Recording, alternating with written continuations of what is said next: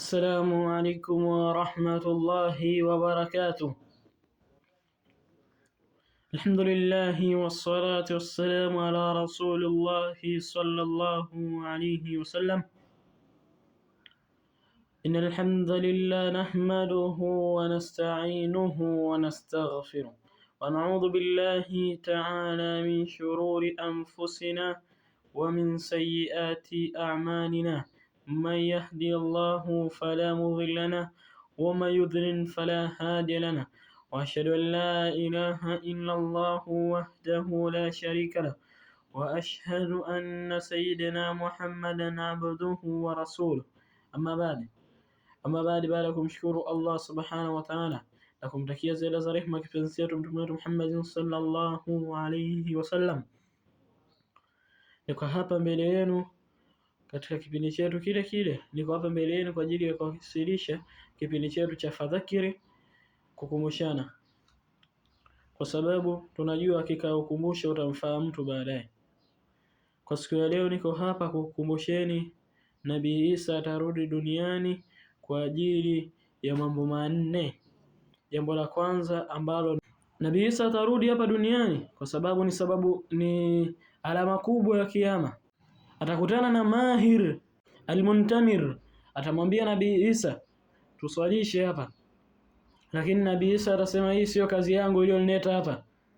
Mahir ataswalisha, ataiongoza hiyo swala, lakini Nabii Isa hivyo atakuja kusikia kuwa Masihi Dajjal amefika katika, ataamua amtafute aende amuue, kwa sababu yeye Nabii Isa ndio anaomuua Masihi Dajjal. Mtume Muhammad sallallahu alayhi wasallam ametuambia kwamba Masihi Dajjal atakaa hapa duniani kwa siku 40. Siku ya kwanza ni sawasawa na mwaka mmoja, siku ya pili ni sawasawa na mwezi mmoja, siku ya tatu ni sawasawa na wiki nzima, wiki moja, na siku 27 zilizobakia ni kama hizi siku za kawaida.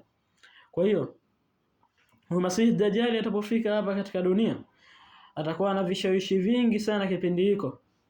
Mfano atafufua mabibi za watu na mababu za watu waliokuwa wamezikwa. Masihi Dajjal katika sehemu moja, labda mkoa wa Dar es Salaam, akanyeshisha mvua hapo Dar es Salaam peke yake, watu wakapata mazao siku hiyo moja, watu wengi sana watamwamini.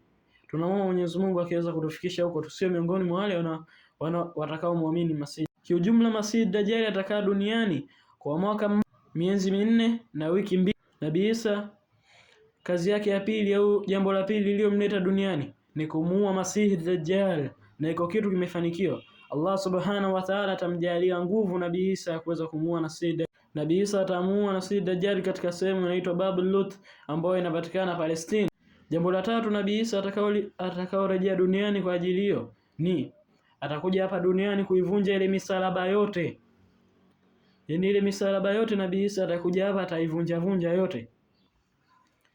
Hadi wale ambao wanaabudu misalaba sio na wakina nani masanamu nini watamshangaa sana, watasema huyu jamaa kumbe ni kama wale wenzao wanaoenda msikitini, na yeye atakuwa ni miongoni mwa wale wanaoenda msikitini.